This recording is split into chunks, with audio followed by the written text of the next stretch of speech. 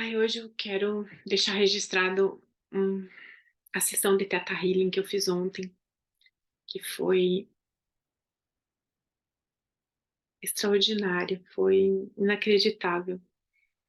Eu fiz curso de Theta Healing ano passado, ano passado, e o Theta Healing me ajudou demais a me conectar mais com a espiritualidade. E nesse curso a gente tinha uma mentoria, e a minha mentora, sincronicamente, foi uma mulher espetacular. E nos 2 encontros que a gente já teve uma conexão muito grande. Depois, quando eu comecei a meditar mais, a fazer o teta, me colocar em teta, eu comecei com um desmaio. Na hora que eu começava a meditar, me colocava, né, em teta, eu desmaiava. E foi muito difícil entender o que estava acontecendo, mas eu falei: "Isso não é natural". E realmente, depois conversando com ela, fazendo uma sessão, realmente a gente, né, conversou, opa, e percebeu que não era natural. Era uma resistência a acessar esse lugar. Talvez de outras vidas, muito provavelmente alimentado desde a minha infância por questões, de medo, que minha mãe sempre colocou na gente, de que era perigoso acessar, que tal, nada era suficiente, nada era bom o suficiente. Toda a técnica, toda a religião, toda a pessoa que tinha conhecimento sempre tinha um porquê, sempre tinha um porém. Mas, independente, né, das causas, eu queria trabalhar as crenças e a crença raiz em relação a tudo isso. Eu fiz a sessão de teta e foi incrível, porque depois de lá nunca mais. E realmente eu faço praticamente todos os dias, e isso tem trazido transformações incríveis na minha vida. Depois desse caos todo que foi do meio do ano de 2022 para cá, aonde entrou em colapso meu físico, meu emocional e meu mental, tudo junto. Enquanto eu estava no início de uma busca mais fervorosa pelo espiritual, foi imprescindível. Eu digo que o Theta foi um divisor de águas na minha vida. Eu fui aprender uma técnica, para mim, muito mais por um chamado, não seria nem curiosidade, foi por um chamado, algo que eu ouvi minha intuição e realmente foi incrível. E aí todo esse processo de despertar, de expansão de consciência que está acontecendo de uma forma muito intensa, é como se eu tivesse num cursinho intensivo antes da faculdade. Sabe aqueles que a gente faz, que oferece antes da faculdade, que você está cursando o terceiro ano, e aí durante um ano, 6 meses, 2 meses, você faz um intensivo para você rever tudo aquilo que você estudou para você poder fazer o vestibular. Eu me sinto assim, como se eu tivesse amadurecido em menos de um ano que eu não amadureci em 50, né, e olhe que eu já olho para trás e me sinto muito mudada, me sinto muito transformada durante a minha jornada, mas é algo que às vezes é até difícil de explicar ou de acreditar. E aí, com tudo isso que vem acontecendo, eu tô tendo acesso a muitos insights, a memórias, né, tem outras técnicas também que eu tenho feito que está nesse processo aí paralelo, uma hora eu quero falar sobre isso, mas veio uma questão de crença muito forte em relação ao dinheiro, né, a gente tem, todo mundo tem, 99% da população, as crenças mais limitantes que existem são em relação a dinheiro. E veio algo muito forte de não joga dinheiro fora, isso é jogar dinheiro fora. E me veio a minha mãe falando isso para mim. E realmente a gente sempre teve uma vida de muita muito controle, né, muita escassez no sentido de ser tudo contado, no sentido de, o meu pai ter que escolher aonde investir o dinheiro, e ele escolheu investir o dinheiro no estudo. Então, isso sempre ecoou muito na minha cabeça. Então, meu pai muito honesto em relação ao dinheiro, minha mãe muito correta em relação a pagar as contas e não dar o passo maior que a perna, a gente sempre ouviu isso, e honrar o nome e não ter segurança de ter tudo sob controle, tudo as contas pagas, enfim. E eu comecei a perceber que eu estava repetindo um padrão aqui em casa, sem querer, com a Giovana. E eu senti que estava na hora de fazer uma outra sessão. E assim, foi surreal, porque já na hora de começar a contar e relatar, me veio a palavra humilhação. E eu nunca tinha relacionado coisas da minha história com essa palavra. E depois da sessão, tem vários fatos que eu posso chamar de humilhação que eu passei, mas eu nunca tinha usado essa palavra. A humilhação, ela era substituída por muita tristeza, talvez por isso que eu não enxergasse. Mas aí a gente começou a sessão e vieram muitos insights. Então, assim, a primeira humilhação que eu lembro, que eu lembrei da minha infância, foi na questão de um bendito relógio que minha avó tinha e que a minha tia disse que eu tinha estragado. E eu não tinha estragado, eu não tinha nem encostado no relógio. E ali ela foi muito sarcástica, né, ela foi muito debochada e começou a me chamar de relojoeira. E ali eu me senti humilhada e não me senti acreditada. Então, assim, todo mundo acreditou nela e não acreditou em mim. E essa memória veio muito forte. Então, foi a humilhação. E outra questão que veio também foi que eu consegui identificar o sentimento de humilhação em relação à família do meu pai.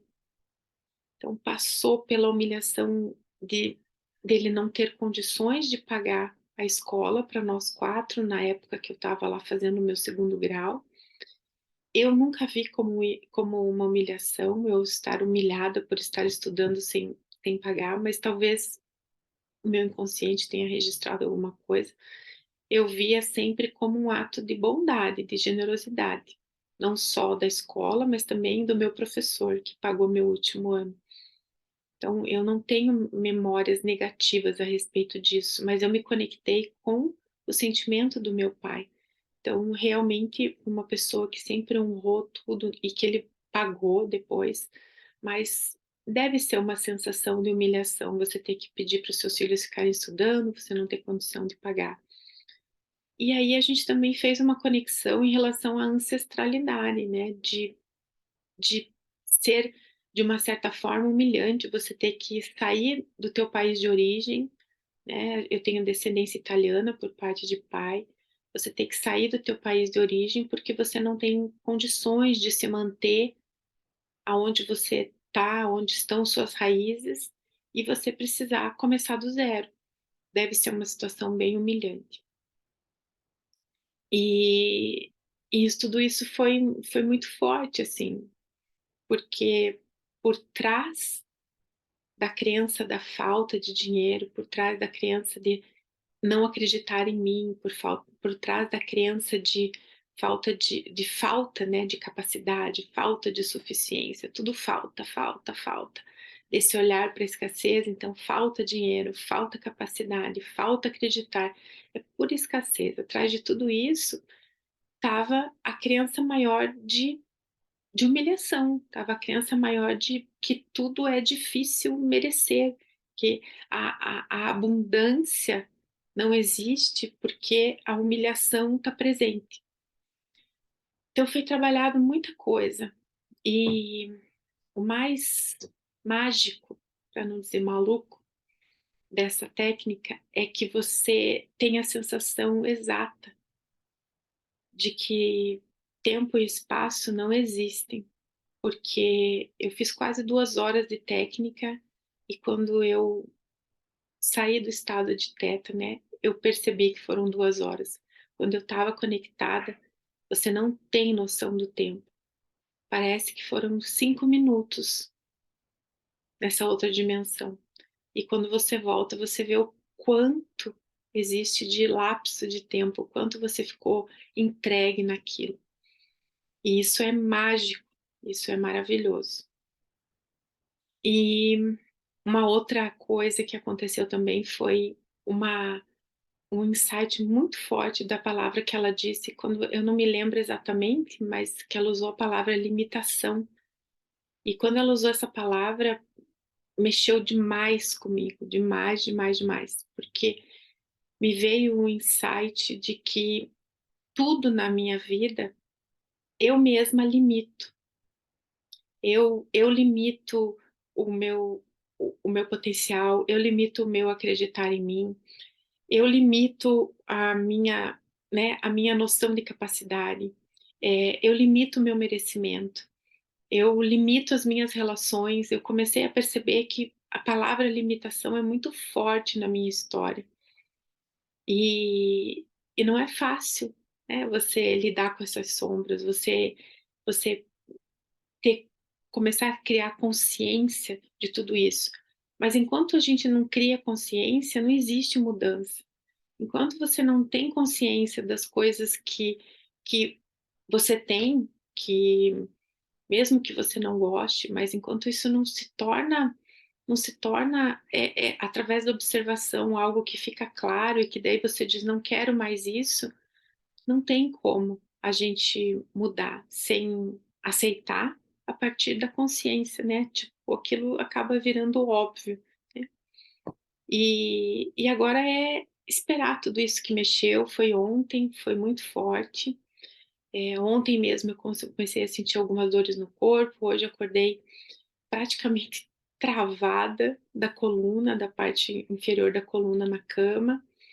Eh, com certeza é alguma reação aí, né, biológica, alguma reação do meu corpo em relação a tudo isso que foi vivido, porque foi muito forte, foi muito intenso e foi muita coisa mexida de uma vez só, porque a gente foi para uma crença de dinheiro e veio muito mais forte essa questão do não acreditar, né, e aí o não acreditar trouxe a humilhação. Então veja onde que a gente pode ter raízes de coisas que a gente nem imagina, né. Então o não merecimento de confiança, de acreditar em mim, também faz com que as crenças de dinheiro sejam bem mais profundas, estejam em lugares que às vezes a gente não percebe. E foi muito bonito também, agora que eu estou lembrando, que ela fez um movimento para eu fazer as pazes com a minha criança, acolher a minha criança, que foi quem foi desrespeitada, humilhada pela tia lá atrás. E a primeira coisa que eu falei, a única coisa que eu falei quando eu abracei a Andréia criança é: "Eu acredito em você". E aí quando ela fez o movimento de qual era a virtude que eu precisava trazer para poder vivenciar todo esse processo, né, ancorar todo esse processo, não foi uma coisa consciente. Eu só lembrei depois que eu estava de volta da técnica, aonde eu respondi para ela: "Acreditar mais em mim". E realmente é um processo difícil esse acreditar mais em mim. Eu tenho sempre eu sempre me subestimo, eu sempre acho que eu não sou boa o suficiente. E isso também vem de uma correlação da minha história, aonde para minha família, ninguém é bom o suficiente. A gente teve dificuldade de merecer a confiança, de merecer as coisas dentro de casa. As pessoas sempre têm um porém, então ninguém é bom o suficiente, sempre tem um mais, sempre tem um além. E isso faz com que a gente também, se todo mundo é, por que que eu sou diferente? Eu sou especial? Não, não sou especial. Então, uma dificuldade de acreditar em mim mesma, de acreditar no meu potencial, de acreditar na minha capacidade, na minha inteligência, né, no meu conhecimento. E, e tudo isso limita a gente de viver tudo que a gente tem para viver, de fazer tudo que a gente tem para fazer.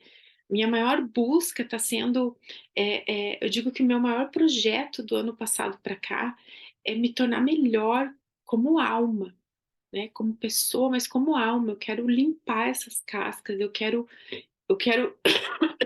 trabalhar em mim para que morra cada vez mais a minha sombra, o meu ego, e que cada vez mais apareça o lado luz, que apareça a minha alma, e não mais ficar, vivendo na base das coisas inconscientes que eu não quero mais para mim, né. Eu quero limpeza, eu quero fluidez com o fluxo da vida. Eu quero me unificar com o todo, eu quero ser instrumento da força criadora. E fazer o que eu tiver que fazer, não o que eu quero fazer o que a força criadora quer que eu faça. Mas para isso eu preciso me limpar, para isso eu preciso ser fonte de amor incondicional, ser fonte de luz. E para isso eu preciso deixar morrer o ego cada dia um pouquinho, preciso soltar. Esse é um verbo muito praticado quando a gente fala de ressonância harmônica e quando a gente fala de viver unificado com o todo, né, com o fluxo da vida. E não é fácil, porque a gente acha que sabe qual é o melhor caminho.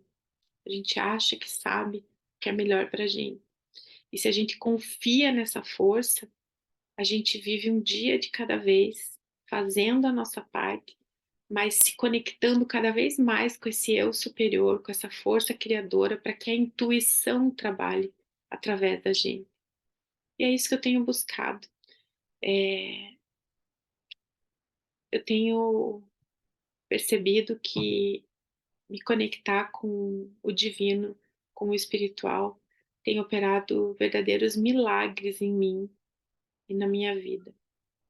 Eu tenho percebido que realmente a gente consegue mudar a frequência, mudar a nossa vibração, mudar a nossa forma de se colocar no mundo, quando a gente começa a ter autonomia e responsabilidade pelo nosso processo.